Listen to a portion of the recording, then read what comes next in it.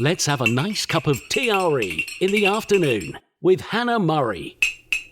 Good afternoon. Joining us on the line now is Vanesa Hollburn. She's an author and journalist whose latest book, Secret Women, delves into the hidden lives of a diverse group of women and asks why so many hide part of themselves, often inhabiting a secret life for decades. Alongside that, she wrote an article in Hello magazine recently about the weight loss jabs and why so many midlife women are using them in secret. Welcome to the show, Vanesa. Hi, thanks for having me. Oh, pleasure. Thanks very much for joining us. So this is a really fascinating subject. How and why did you decide to delve into it for a book? Yeah, I think typically perhaps we see women as the more secretive sex, but maybe we belittle that kind of secretiveness. We think of it as gossip, maybe tittle-tattle. And some of the stories, so there's about 30 women that I've spoken to, and the book is almost an anthology of their stories. So some is kind of sexy. It's about things like kink and fetish, sex clubs, secret love affairs. But there's a whole section, where it's more about women who felt the need to keep quiet because it protects them in some way. And that might be it protects them from sort of shame and judgment, which is the sort of thing we touch on with the women who've taken weight loss jabs, who feel they can't tell people.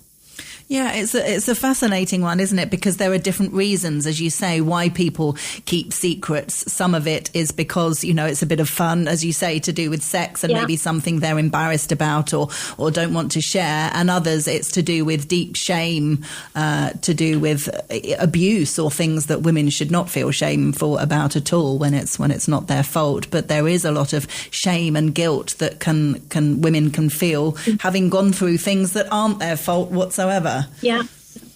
I speak to women also sort of exploring things like witchcraft, shamanism, even their mental health, ADHD, their sexuality. They're also experiencing this sort of double life, if you like, because they want to do these things, but, it might affect their work.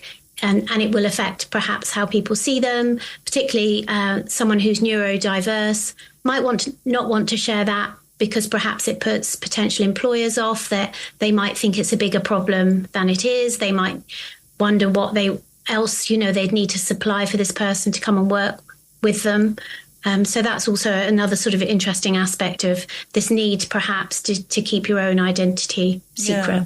I've read quite a few times recently in articles in the paper talking about how common it is for women to have secret bank accounts in case they need to leave their husbands. I get it if they're in not in a great relationship and it's a kind of a buffer, if something awful was to happen, a way of them getting out of that situation. That makes perfect sense. But apparently it's really common for women that are in so-called really happy, secure marriages to have that secret bank account just in case, which I find quite shocking. I think women they're probably brought up with more of a self-preservation and protective, like the responsibility to protect ourselves is with ourselves. If you're a victim of an assault or of some kind of abuse, people will say, why didn't she leave? Why was she in the park at night? Those kind of things. So perhaps it's inbuilt in women to have that kind of buffer, if you like, look for an escape route, quite literally. If you're going home in the dark, as a woman, you are very aware of your surroundings and what you might need to do to stay safe. So perhaps, that applies wider in life where we feel we need, a little bolt hole if necessary. So, some of the women I speak to, it's also their job. So I speak to private investigators. I speak to the sister of a woman who helped operate the machines that used the Enigma code during the war. And she was never allowed to speak about it, of course. And she didn't until she was in her 80s. So her parents, for example, never knew the part that she played in the war. So there's lots of reasons that women keep secrets. Sort of duty. Again, I speak to the Magic Circle, the chair of the Magic Circle, who's female Freemasons. They have a sense of responsibility, if you like, to their job or to others, that they must keep their identity confidential. Yeah, there are lots of jobs, I guess, aren't there? You know, working in MI5, MI6, things like that, you know, women in certain roles that they can't go home and talk to their loved ones about it or their friends or anything. That must be so weird when you have a job that takes up so much of your day and your life to not be able to share it with people. What did the women you spoke to say about that?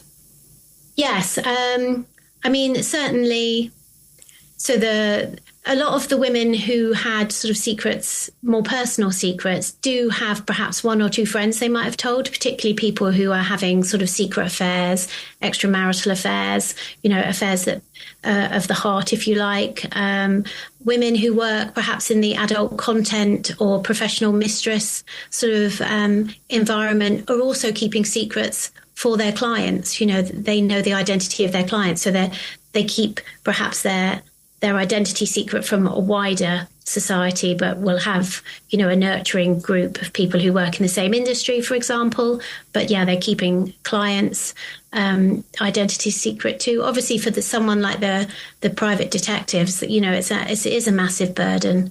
But on the flip side, being a woman allows them perhaps to be a bit more invisible, perhaps when they're in working environments that people might not expect women to excel in. You know, a woman can sit in a car, especially if she's older, and be more or less invisible. A man sitting in a car outside of school, for example, very visible, and people will notice you. So it's quite interesting too that women can perhaps be more invisible than men. Yeah, that's interesting. And let's talk about the fat jabs. The article that you wrote in Hello magazine was fascinating and talked about the different women that you'd spoken to who were taking the fat jabs that were keeping it a secret. What was the general consensus as to why? I think that they all felt in that they'd all struggled with their weight for most of their life. So I think that's, you know, they were sort of midlife women, I would say, generally.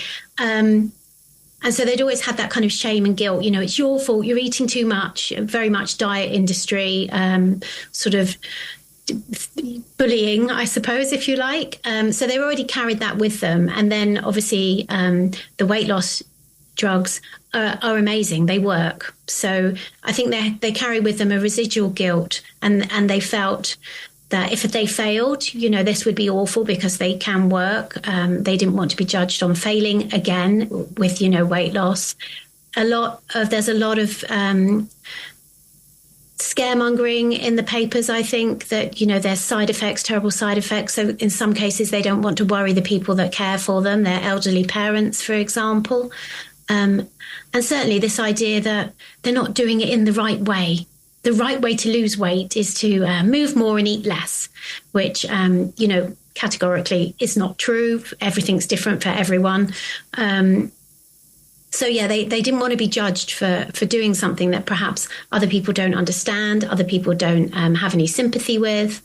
And certainly, yeah, for cheating almost, you know, a lot of them felt it was cheating. One of the women also felt a bit like she was sort of doing something that wasn't quite feminist, if you like, trying to conform to society's idea that you should lose weight and be attractive. You know, she was brought up in the 70s. She's a feminist. She's a career woman. She feels that she shouldn't worry about her appearance. But of course we do, because that is what we present to society. And therefore, you know, everyone judges us on our exterior package as well as our interior. Yeah. I suppose people who lose weight the conventional way, if you like, by eating less and moving more, often will get praise from their friends. You know, people saying, wow, you look amazing. And they go, oh, I've been going to the gym. I've changed my diet. And people go, oh, good for you. You know, well done. And they'll get, as I say, praise for that. But I think a lot of people feel if people say to them, oh, you look amazing. Wow, how come you've lost so much weight? And they go, oh, I've been taking the jabs.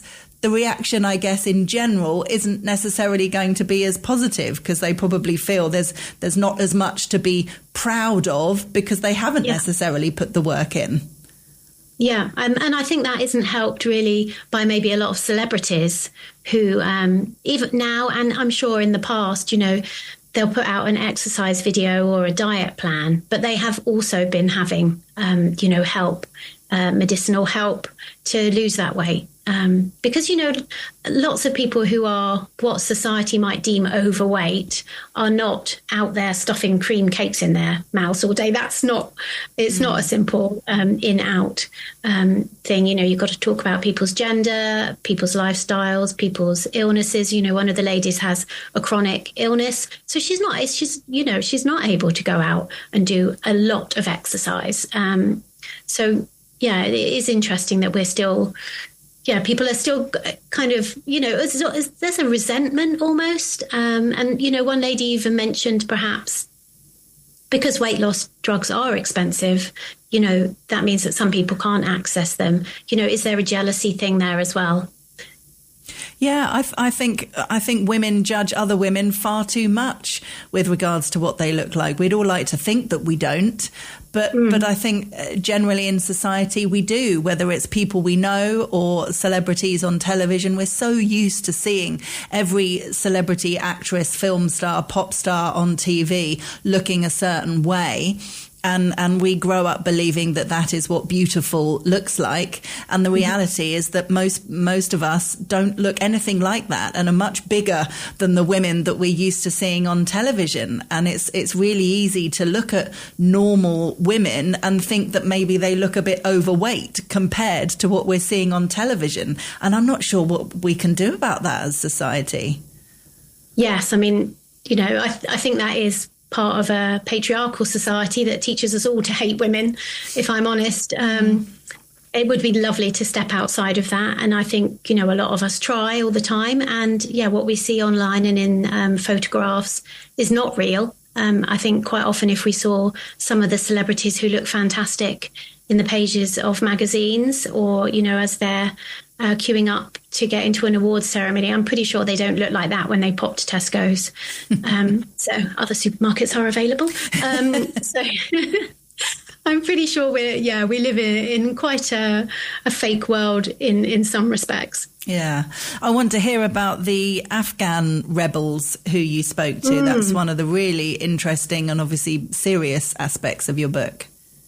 Yes. So you're looking there at women who have, the government there has taken all their rights away. They have stopped education for girls. So you're looking at a band of women there, many of whom are mothers.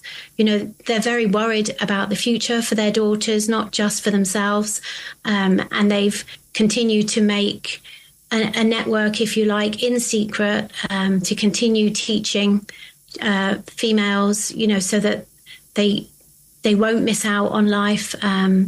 When the Taliban sort of interrupted the internet connection to Afghanistan, that was a real blow because a lot of these girls are going online to learn skills that they would otherwise completely miss out on. That's probably the most serious topic that I cover in the book because, we are relatively powerless to help those women. There's several charities in the back of the book. I have a lot of further resources so that if anyone reading the book is suffering from any of the issues mentioned, or if they want to get involved and they want to help, you can find all the sort of relevant charities and things. And I think that's probably, from our positions now, that's probably the only way we can help these women, obviously keeping those stories alive in the news, which is one of the reasons I wanted to write the book, because when you hear these stories as first-person accounts, it's very powerful to listen to women. It's very powerful to believe their testimony, and hopefully that kind of raises awareness of these issues. Yeah, and a real reminder that we don't choose the life or the country or the situation that we're born into, and how privileged our lives are in general compared to women like that. Absolutely. I mean, and that's, I guess, a theme that carries on, because being a survivor of something like domestic abuse or child abuse, incest, things like that I speak about in the book. Again, that can happen to any one of us. And it's important that we know those things go on, even if we haven't experienced them ourselves. And the people that we can learn from are obviously the survivors. We can learn how to recognize abuse, learn how to help friends and relatives out of those situations, signpost the right places for them to go. I speak about coercive control, things like that.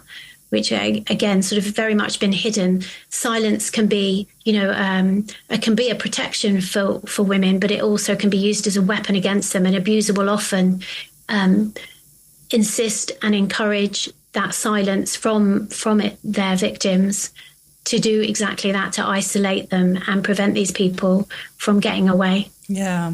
And I totally understand how and why so many women might not want to speak about abuse that they've suffered for so many different reasons, either because they're embarrassed and they feel shame or guilt, which I know is really common, which I think is really sad because obviously they haven't done anything wrong.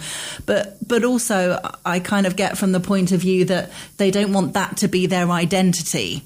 Speaking out on a subject like that can easily make them identifiable as a victim, as somebody who's been through abuse, and they probably don't want that to be the thing that people think of when referring to them or when thinking about them, which totally makes sense. Yeah, I mean, some people want to draw a line in the sand. Once they've left an abusive situation, they want to move on. And sometimes that's also, silence protects the people you love around you, be they children, other family members. That's another reason that women, might not be open about everything that they've experienced. Yeah. And some people don't. If you've been abused by another family member, for example, it's the rest of the family finding out about it that can cause really severe problems. They might not believe you, think it doesn't make sense, and you have all that to take on, which a lot of women wouldn't want to do, understandably. Yeah, I mean, I speak to a woman who is a survivor of incest. She went on to have hypersexuality, which, I think probably we might understand more as being a sex addict or nymphomaniac. And for her, that's very difficult because she was within a sort of religious community. So it's very hard to break away from a community if you're pointing the finger at someone within that community. I also speak to someone who is a church minister who has some other more kind of new age beliefs, if you like. And again, if you're within a community that has very set practices, it's often not possible to speak out about other beliefs. Yeah, again, I think that's sad. I think, I think the idea that people can either change their beliefs or adapt their beliefs is really fascinating. You could say the same thing about medicine and how there's conventional medicine and alternative medicine. And there are plenty of doctors and practitioners out there who have trained in proper medicine, if you like, but also use alternative medicine as well and believe in some of how that works, which I really respect, as opposed to just going, nope, there's no evidence to prove any of that works. It's just conventional medicine and that's it. And again, I think that's really interesting. If you have a priest in the Catholic Church who is up for conversations about other forms of religion, I think that's great. Yeah. Yeah. I mean, I speak to some women who practice witchcraft, who follow the occult too. And for them, that's a sort of voyage of understanding. It's not necessarily, gathering around a cauldron in a pointy hat. We have these kind of very negative views, if you like, a lot of beliefs that are connected to feminine sort of historically feminine activities. But, these women are seeking knowledge, but they still feel shamed about that. Well, it's a fascinating subject. The book is called Secret Women, What We Hide and Why. It's available on our website, TRE.radio, in the bookshop section, and it's by Vanesa Hollburn, who we've been chatting with. Vanesa, thank you so much for joining us.